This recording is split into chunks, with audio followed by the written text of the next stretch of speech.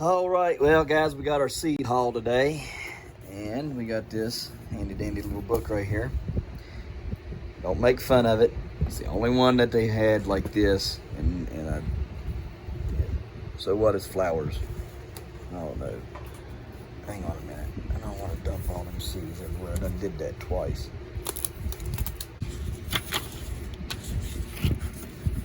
Anyways, you got the contents there.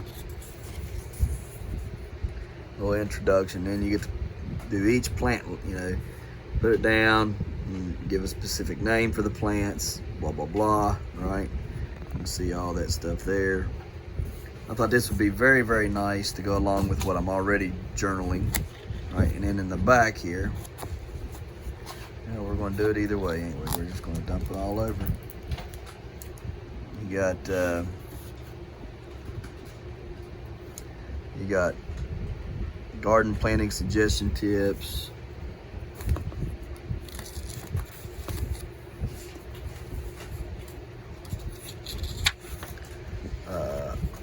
The hardiness zone information. You got actual zones, it tells you some, and then you got some of these cities. I'm in between Charleston, West Virginia and Richmond, Virginia. I'm in between those two, so you see 6B, 7B. And a lot of people say that this is zone 7B, where I'm at. You can go over here and you can kind of see here what we got. This is the minimal extreme temperatures. Annual minimal extreme temperatures. 1A is -60 to 55. B is 55 to 50, negative 55 to -50. 2, so on and so forth. And you go down here to 6B, it's -5 to 0 is the annual extreme minimum temperature. And then 7B is 5 to 10. Okay.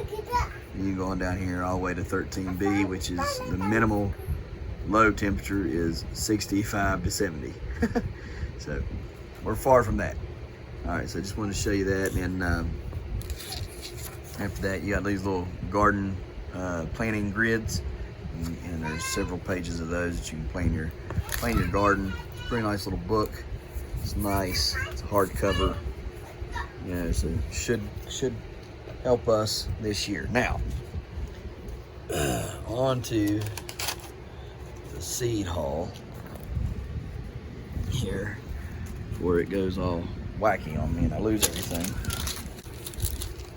All right, guys, so here's the seed haul list.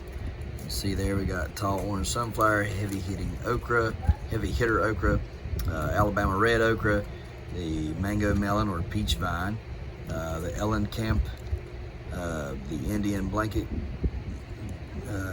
Gallardia, lemongrass, Yamamoto silver watermelon, white care bear, autumn zebra bean, common chives, Buell sweet corn, orchard baby sweet corn, double sunken sunflower, mammoth gray striped sunflower, teddy bear sunflower, dwarf tamarillo, the white borage, the blue borage, the purple lady bok choy, the I don't even know the carrot. It's a big long carrot. The Gigante di Inverno spinach, the blow Hilda bean. I don't know. 1500-year-old cave bean, lime basil, baby bok choy, succotash bean, Chinese multicolored spinach. We've got 2 varieties of free seeds. We got the County Pimento pepper, the Etuda pepper, the Leslia pepper, which they say is the sweetest one, like the sweetest in the whole world, and the sweet chocolate pepper. So let's kind of go over all these and see what we got. So we'll start right here in the front, and you can see here's these big long carrots. Now these guys have other pictures on their website of these carrots, and there's 2 kids, and the carrots are like longer than the kids, like 3 foot long, right? So I thought, well, why not try them? Okay. Here's on the back. Again, the reason why I show the front and the back is because there's a lot number right there. If I lose the package goes bad, I've got a picture of it I can go to this video, look at the lot number, and give it to them, okay? So it's good to have that information. If you buy from these guys, you probably should make a little video and email it to yourself so you got the lot number and everything. So, here's the back of it. You know, super long carrot from Japan. This variety is sweet, especially when harvested after fall frost. Also an incredible snacking carrot, ideal for fresh eating. Roots easily reach over 2 foot in length when grown in the right soil. A fantastic choice for market or giant vegetable growers. Sure to be a hit at your county fair. All right, so we're gonna be trying those with the rest of these giant carrots we are growing already this year. Just gonna stick them down there for now. All right, guys. Here's the next one, common chives. All right, we love chives around here. We need them a lot, so why not plant them? Here's the lot number, and it just says perennial, mild onion flavor. Chives are excellent in many dishes, great raw or cooked. Lavender flowers. Lemongrass. Jaden's been wanting lemongrass since last year. He asked the guy down here next to us, the neighbor who has the greenhouses and sells flowers and stuff like that, last year if they had lemongrass, and he did not have any more left. And so I said, you know what, I'll just buy him some. Here it is. It's a perennial, a lemony staple of Thai cuisine. Tender, long, slender, pale green stems that are thick and fleshy. All right, so hopefully this spinach will do better than that boko spinach, the boko spinach that we got, because it ain't doing jack crap. Y'all have seen it over there. It's just not doing nothing. So I thought, well, we'll try a different spinach. This here is the Gigante di Inverno. I'm not a spinach grower, and I don't know much about it, but just try one until it sticks, right? And there's the lot number. A flavorful heirloom from Italy, translates to giant of winter. Produces large, broad, deep green leaves well into the fall and winter months. And you sow it in early spring, and heat will eventually cause spinach to bolt, so sow in the late summer for a fall harvest. So we're going to sow it now and get some now, and then we'll sow, maybe if it does good, we'll sow some later. We'll try to get some later. Oh goodness. Well, it didn't call this Amaranth when I bought it. It just said giant multicolored spinach. That's all it said. And this is Amaranth on the thing. Now that, let's look here.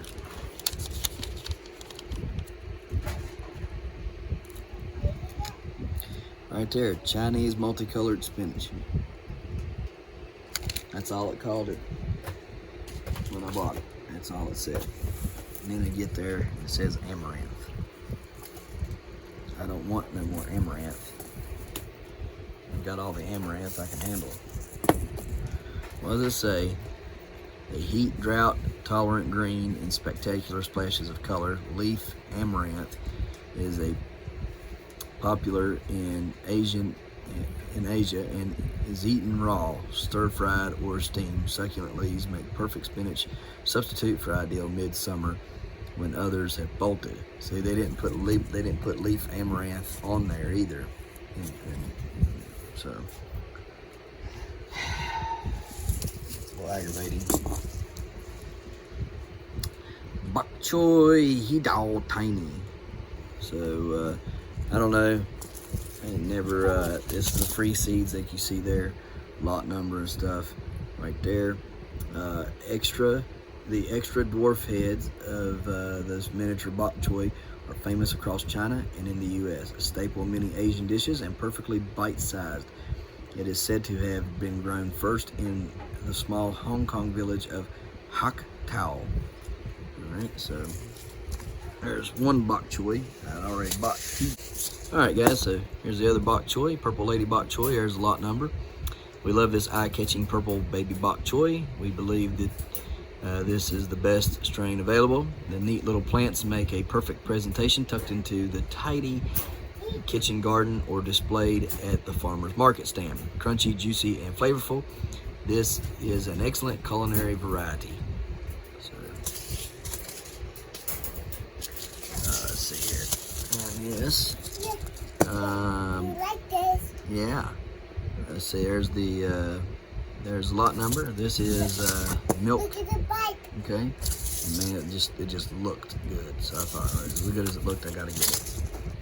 Ivory stems against forest green foliage makes a stunning contrast of colors, but flavor and juicy texture really make milk bok choy a showstopper.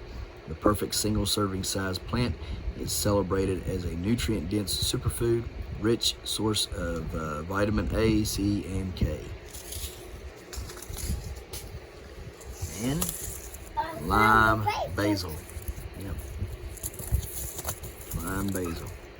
There's a lot number. Annual and a unique lime flavor basil from Thailand. Very popular variety for fresh market. Thrives in the heat. So that's a good thing. There's a lot of heat around here. Now, we'll go to our flowers here. Alright. So we've got the mammoth gray stripe. Many of you guys know what these are. I don't know this. Yeah. I just wanted more sunflowers. This one here, it's a standard. It's a standard giant that produces delicious seeds. Foot wide heads on 10 plants or 10-foot plants. Stately garden plant. So I'm hoping that these will produce really nice big heads full of good seeds that we'll be able to eat. So that's one reason I got them. Free seeds was these rainbow mixed California poppies. See there's a lot number. It's a ultimate California poppy mix, widest possible spectrum of colors in a single and double blooms. This is Elencamp. I wish there was, or Elecampane or something. I wish there was a picture of this. There is not, but this is it looks similar to a sunflower. In fact, when you look up sunflowers on Baker Creek, it's in there with the sunflowers. It's very bright yellow, like very, very bright yellow. It is used, the root is used for medicinal purposes. It can help with what's it called, bronchitis, asthma, things like that. And it also helps with good stomach digestion and get your stomach tract back in gear, right? Working good. So we bought that for that reason. Double sunken sunflower. We had some of these weird looking sunflowers like this last year come up. I wanted to get them this year to grow because I thought they were so pretty last year, and we didn't purposefully plant them. They just came up out of the seeds that we had bought. So they, sometimes seeds get thrown in, so anyhow, I thought, man, they were so pretty, I just wanted to grow some on purpose this year. So here's the lot number and everything. It says this one is a super cheerful, fully double sunflower that is top choice for arrangements.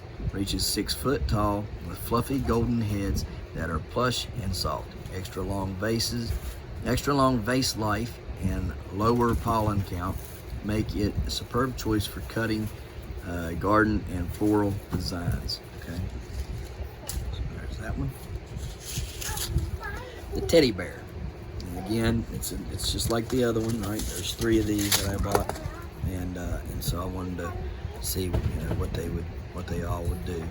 And there's the lot number. The annual. It's a beautiful 3-inch to 6-inch double deep yellow blooms. Plant and grow to only 18 to 24 inches tall. And superb sort. A superb sort. Good night. I think I didn't know how to read. Alright, so while we're talking about sunflowers, let's go ahead and get this one.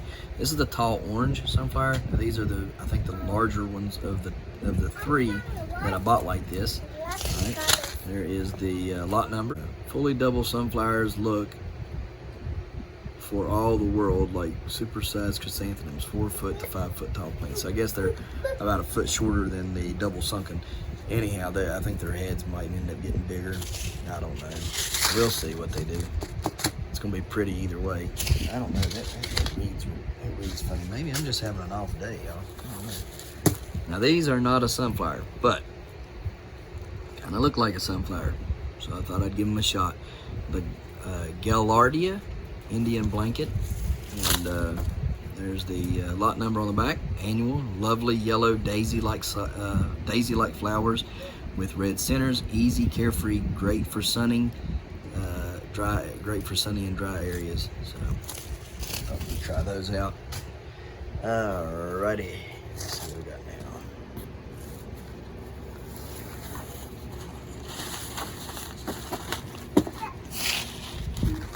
Okay. Okay. So we got the Buell sweet corn. There's a lot number. Scrumptious sweet corn flavor of yesteryears. Yellow sweet corn with 7-foot tall stalks and 2 ears per stalk. Rich golden hue and old-fashioned sweet corn taste. Now, the reason why I got this was because 7-foot tall stalks. Sometimes you know, if they say 7 foot, you might be able to get 8, 9 foot out of them. Sometimes, just depends. And 2 ears per stalk. I like that, you know, because you're getting guaranteed 2 ears per stalk pretty much when it says that, and you got big tall stalks. So that'll help. That helped me want to buy it, because I want tall tall corn stalks, because I like to use them for decoration, and I want 2 ears of corn. So these are good. Doesn't really tell on here on the back of this pack how long, but it was pretty quick for growing. So I'm gonna have to go back and look at which one was which, but one of these grew a little bit faster than the other one, and I can't remember which, but we're going to sort that out and plant the faster one first and the slower one next. So we're going to do two things of corn this year. This is the Orchard Baby. It's 65 days. Oh yeah, this one says 65 days. Does the other one say that? I don't think it said that. No, it didn't say that. Yeah, so this one's 65 days. So this one right here is probably the one that I'm going to plant. There's a lot number. 65 days, a supremely early maturing sweet corn with a delicious flavor. A perfect choice for limited garden space or growing in containers. Stalks stand 3 to 5 feet tall, bearing 2 ears each. Kernels are sweet and yellow with classic sweet corn flavor. Early 1900s heirloom. So these are probably the ones that I'm going to plant first, okay? And yes, they are smaller, but you know, if I can get corn like this for us to eat, right, and then get corn like that Buell to put up, then I have, you know, and have 2 things of corn in a year. Well, that helps me, right? Silver Yamamoto watermelon. I've seen this thing and I said, I gotta get it. I gotta grow it. And there was just so many things that I wanted to get this year. Well, as you see, we've got a lot. I mean, this is, Lord have mercy. We got seeds. If anything else, we've got seeds. The Silver Yamamoto. So here's the lot number right there. Extremely high quality, textured, and complex. Sweet flavor have made Silver Yamamoto an instant classic. Early to mature, it is great for a range of climates at 6 to 10 pounds, perfect for home or market gardening. So I believe we're going to try to grow these on some trellising, because they are, you know, smaller melon. They should do fairly well on a trellis, I would think. I had to try these because they are similar to the Rich Sweetness 132 melons that I grew last year. And I like melons. I like melons. People like melons. They do well. They sell well. They eat well. They store well, generally. So you know, you might get a week or so out of having them around. Sometimes 2 weeks on those Rich Sweetness 132 melons. Anyways, I just wanted to try something different. I like trying different things. Figure out what you like the best, right? There's lot number right there. Mango melon or vine peach, developed in China and introduced into America in the 1880s. 3-inch fruit size. 3-inch fruit the size of a peach with a yellow rind, bland white flesh, cooking, pickling type, and find easy pie recipes online. Yeah, that's another reason why I got it, because there was pies that they were making out of these things, and I thought, man, I want to try that out. So that.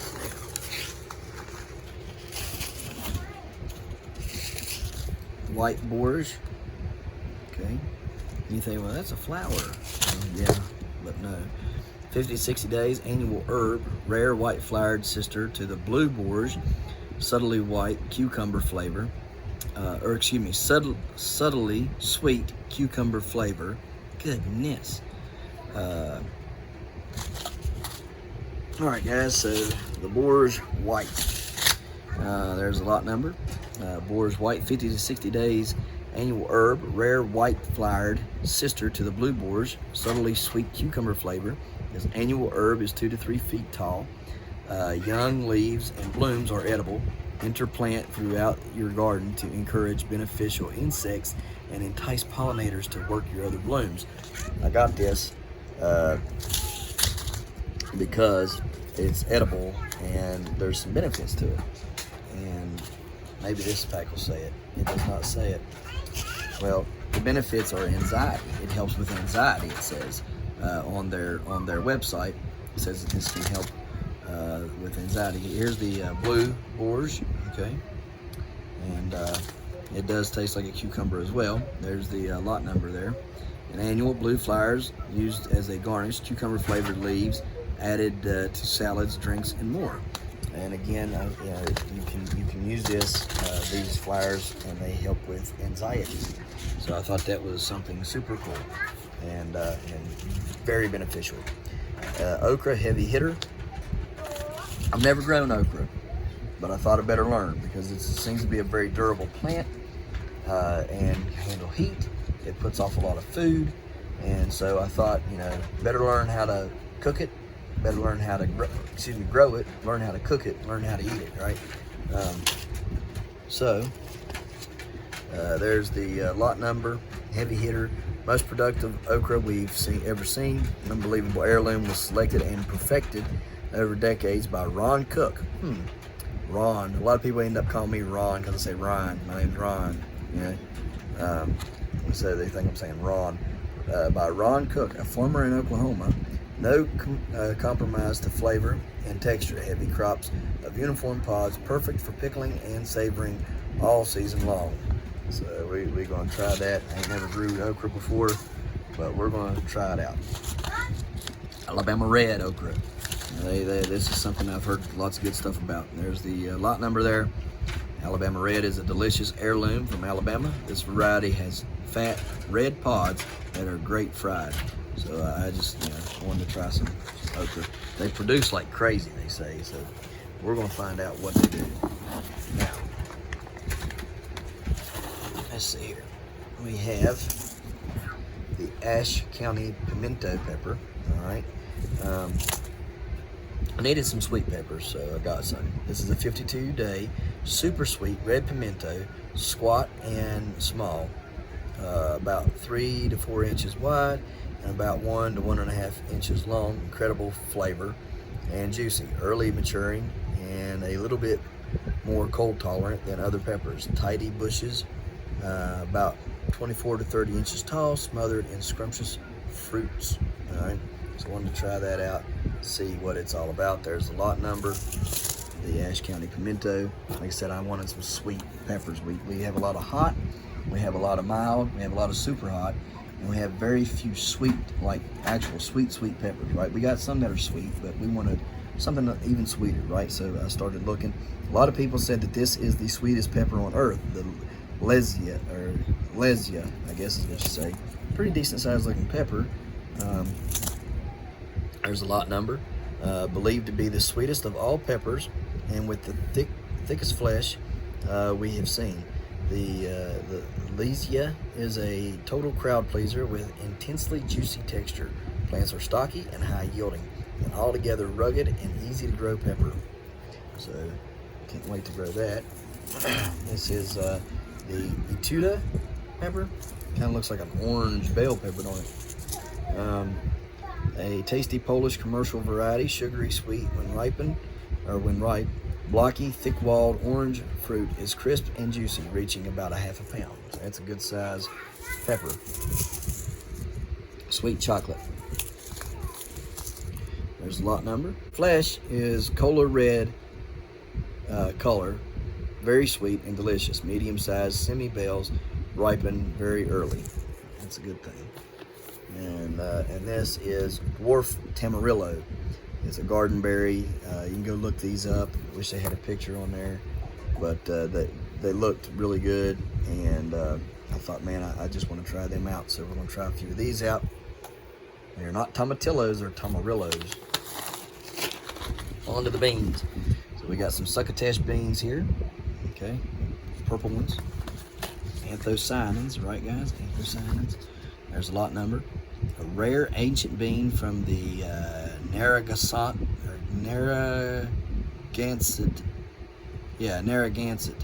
Indian tribe of Rhode Island. I think I said that right. Used for succotash, a dish of corn and beans that historians believe was served at the first Thanksgiving. This bean is ideal for the north, particularly on the coast. We'll be growing that. There's the lot number and everything. I'm excited to grow different beans. I really have never ventured out. Last year was my first year growing outside of Kentucky Wonders. 2020 was my first year growing pole beans. Every year before that, I grew the Blue Lake bush bean. I never would grow anything else. And then in 2020, I tried the pole bean. I said, yeah, I could get used to this. And then last year, I tried the Greasy Grit and the Kentucky Wonder. And so this year, I thought, hey, I'm gonna widen my varieties a little bit more and stuff. So I went on the hunt for some really cool beans, and I found several of them. This is the Autumn Zebra Pole Bean. Those signings, look at all that purple in them. Looks great. All right, so there's the lot number right there. A vibrant, colorful, striped bean or dried bean. A Japanese variety that is highly gourmet and refined. So you can use that for a green bean, or you can dry it out and use it for dried bean. All right, guys, so 1,500-year-old cave bean. 1,500-year-old cave bean.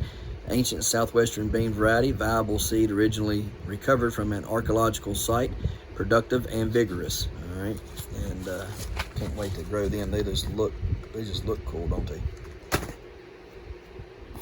Do not ask me to pronounce that name because I do not know what it is. Blauhilda, I don't know. Blauhilda, I don't know. Spectacular purple pods stay tender even when huge. Flavorful German heirloom, tolerant to mosaic virus. So that was a pretty cool thing that I thought we should get as well. So guys, there is the seed haul that we got. We have got so much to plant. I'm gonna put this video up now, and then I'm gonna go and start working on figuring out where to plant all this stuff and go outside and start working.